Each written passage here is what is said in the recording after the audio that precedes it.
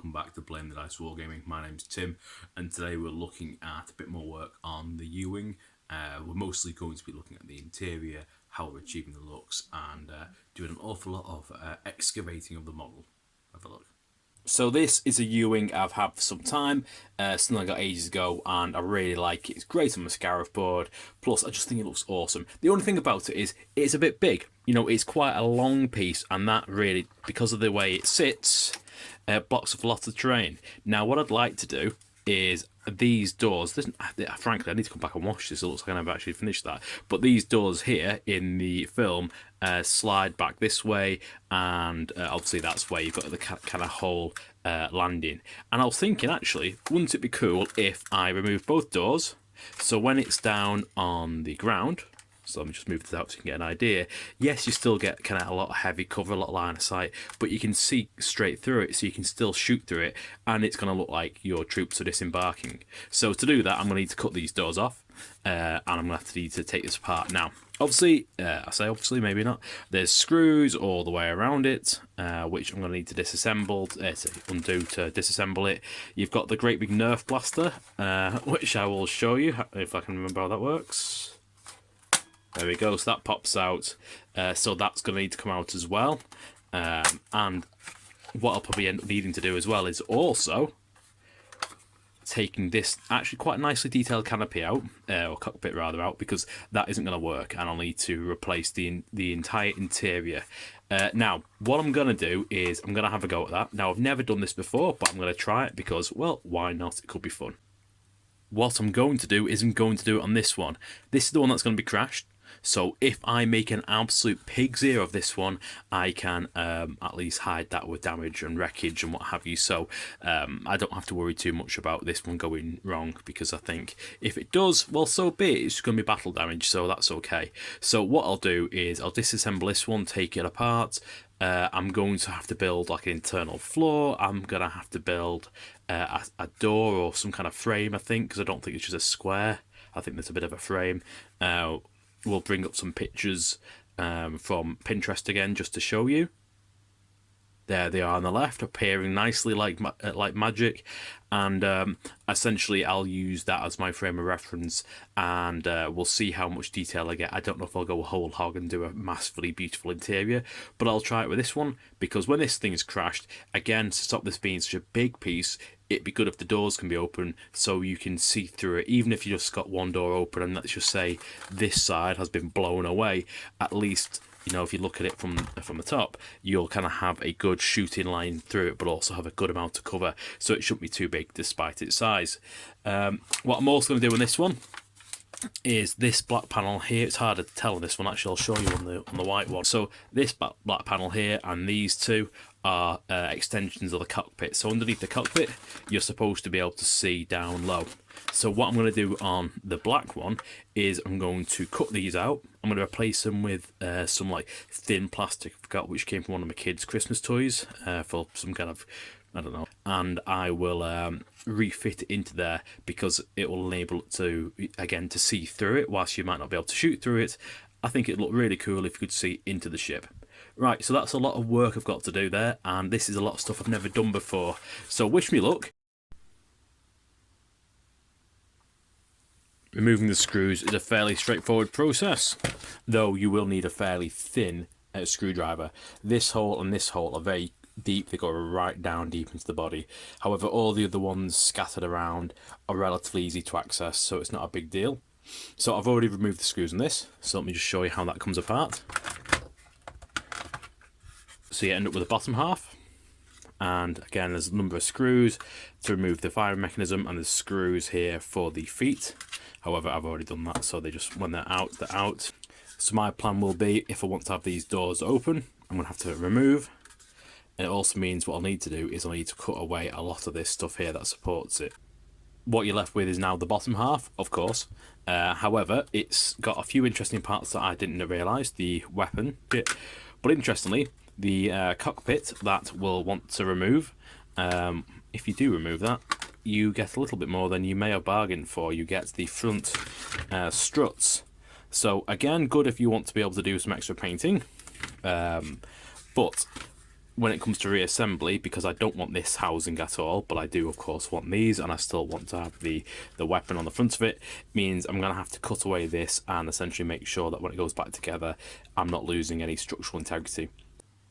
So I've taken my new Dremel or imitation Dremel, a Dremel from Guild, for a spin, and essentially it's fairly straightforward. And what I did was essentially I just cut around the housings of the internal cockpit, because essentially I don't want that anymore, as much as it's got some nice detail on it, and I will save that because you never know, I might be able to use it. But these pieces, which are only loosely screwed in right now, did need to come off, so so they could be their own standalone thing. Next thing I'm going to do, to take a saw to this screen here and see how that looks.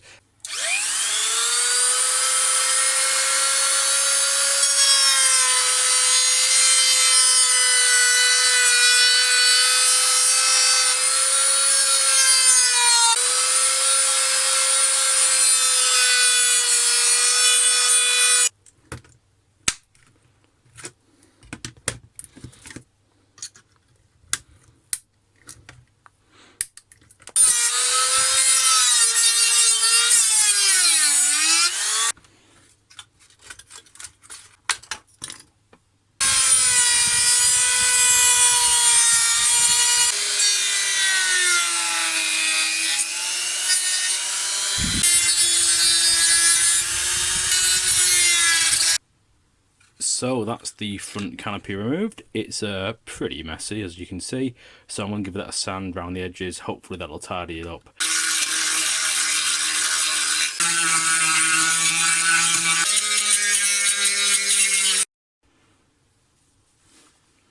So there we go, those are the windows sanded. Not perfect, but I'm actually okay with that, and I'm not going to do any more to it. I think the only exception is there's just some little bits inside there that I'll need to remove if I'm going to backwards mount some perspex. Okay, so the internals are ready, so that's as low as I can get it. It might not look it, but it's good enough considering it'll just have like a deck plate put over it, and that's reasonably neat, and I'm happy enough with that. So the next step is I've got to cut the doors out.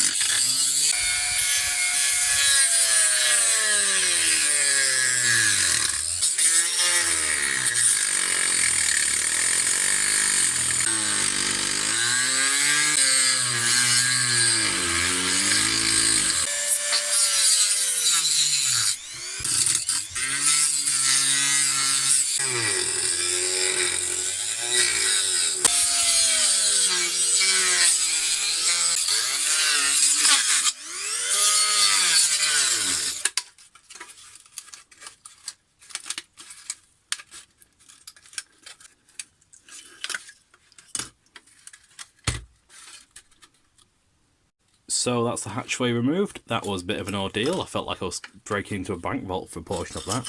However, it's still fairly sturdy, structural, which is good.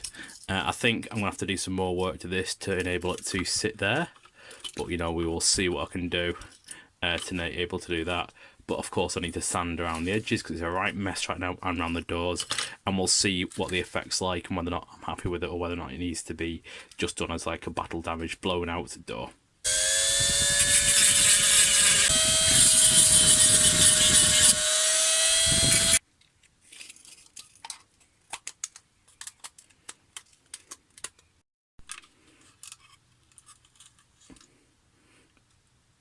So the door's been sanded down and it's had the backing removed, so now it can fit there quite nicely. And if I build a little bit of an internal kind of wall here and here, like the picture that you can see top left, then it should start to look a little bit more like the real deal. Of course, now what I need to do is I need to get rid of all this nastiness. Now that I've removed the interior, it's time for me to try to look at adding an interior. So I've never done this before, so this is all going to be brand new. So there may be better ways to do this, so do let me know in comments, please. That'd be great if there's a better way to do it. But what I've done is I used some baking paper, and essentially I just pushed it into there, and then I kind of used a pencil to kind of, you know, force around the edges so you'd have a shape. Now, what that gave me, let me put that down so it starts rustling. What that ended up giving me was something like this. So when it's in there, I have a rough shape which kind of tells me what the inside space looks like. And all I did, like I said, is I just pushed down and just roughly drew that with a pencil till I had it about right. So it's not terribly surprising that when you do it this way, it's not going to be perfect. You know, you look at this close up, it's clearly a bit of a mess, but it gave me a start. So I just kind of roughly traced this round on some foam board, and then I've kept on kind of putting this back inside the U-wing, taking it out again, and then bringing it down. And you can see the way I've added some things or changed some things. So I'm going to end up cutting more off here. I'm going to kind of cut into there, and the nice thing is you can just push down and it's not very noticeable, but you can then kind of get a thin mark to kind of follow from. So it's the best way I had to work out on how to create something without doing a load of weird measurements. So I'm going to cut it slightly bigger than it is, and hopefully I'll just be trimming it back.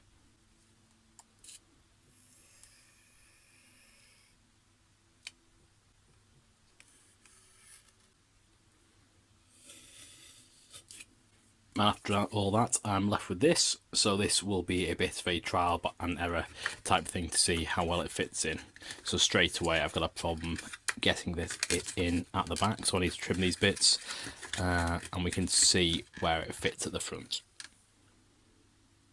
So after a reasonable amount of faffing around, it fits fairly snugly. There's a few creases there when I tried to force it in, so I'd suggest that you maybe avoid doing that if you can, but that's okay because I can deal with that. It's not going to be a problem.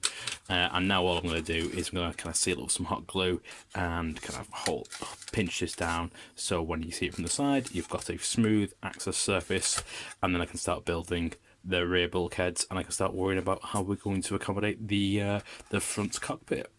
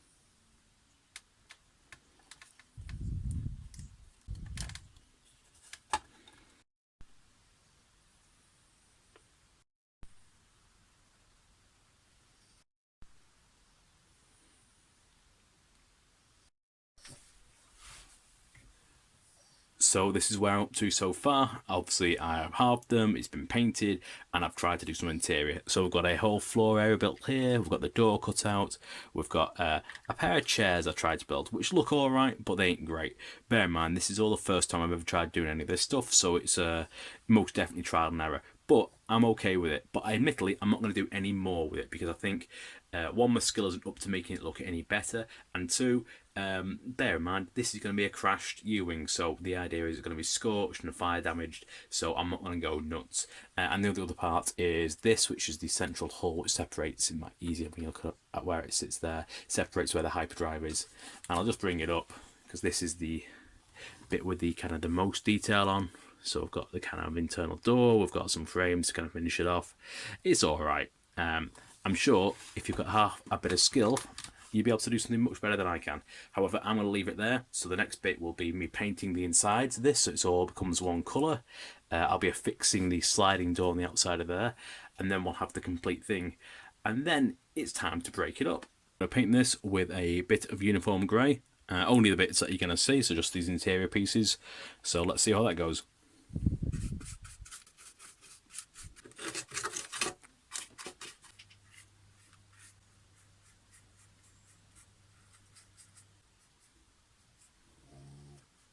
And now for the other side.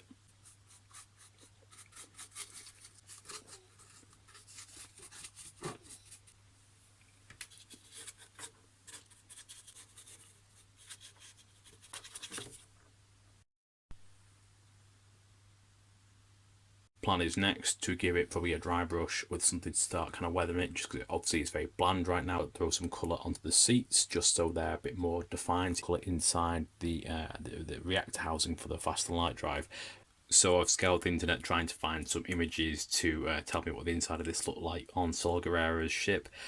Watching Rebels on Disney, you kind of get to see it, but you can see the images I'm putting up on the side now, but essentially nothing's very clear, there's nothing very detailed. There's more paneling that I'm going to put inside it, but you're never going to see that, I don't think, so I'm not wasting my time. So what I'm going to do to try and give it more depth, instead of going lighter, I'm going to actually go darker. So I'm going to use my old friend Necromancer Cloak and just do a significantly heavy dry brush over everything, and then we'll see where we are and make a decision about any kind of colours to bring it back down.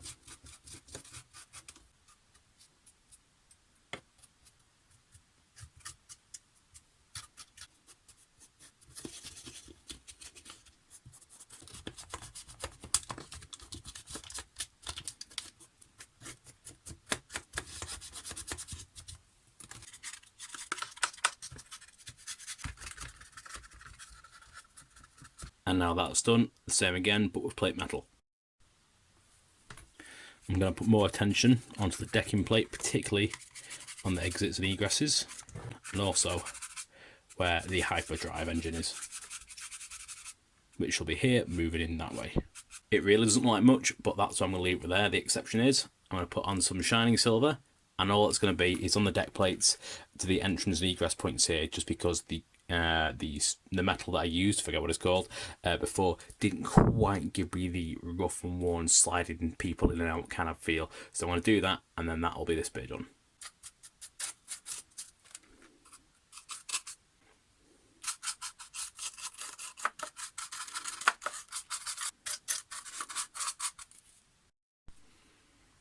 So all that remains now is to take the door that we removed, to stick it onto the side, round about there is where it's going to end up going.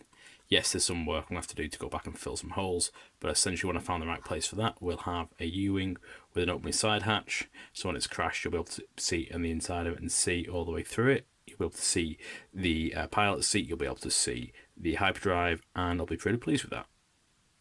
And there we go, that's the door I'm on. I'm trying to give you a view of the inside of the ship. As much as you need to see. Quite a lot of work for the results, so I'm not sure, given the options, I would do this again. However, when I crash this thing, it's going to mean that's going to be able to be open on the side. It's going to look like things are evacuating from it.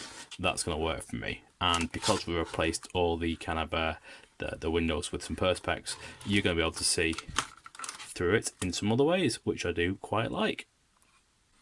So that's it. An awful lot of work went into achieving not a lot in the grand scheme of things. A lot of time went into that. So be warned if you're planning to do that yourself. It wasn't a fast endeavour, and it was a lot of faffing around. And yeah, like I said in the video, this was the first time I was doing it. So there's a good chance if you've done this before, you might have been able to do it so much easier than me, and you wouldn't have had to stop and think about every little step the way I did. Either way, I hope that was enjoyable. Next time we'll be really getting into it, so we're taking it from the way it is into the crashed piece. So we're kind of chopping up the model. We'll be doing the base, and we'll kind of be finishing that off, and then we're going to move on to Jedha City. And next time we're going to have a look at how Jedha City is going to come together. I've got a lot of MDF train. I will talk to you about that in some detail, and there's a lot of work I'm going to be doing to this to make this more than just a bit of wood. I've got some real interesting ideas. Anyway, I hope that will incentivize you to join me again, so I will see you around next time. Bye for now.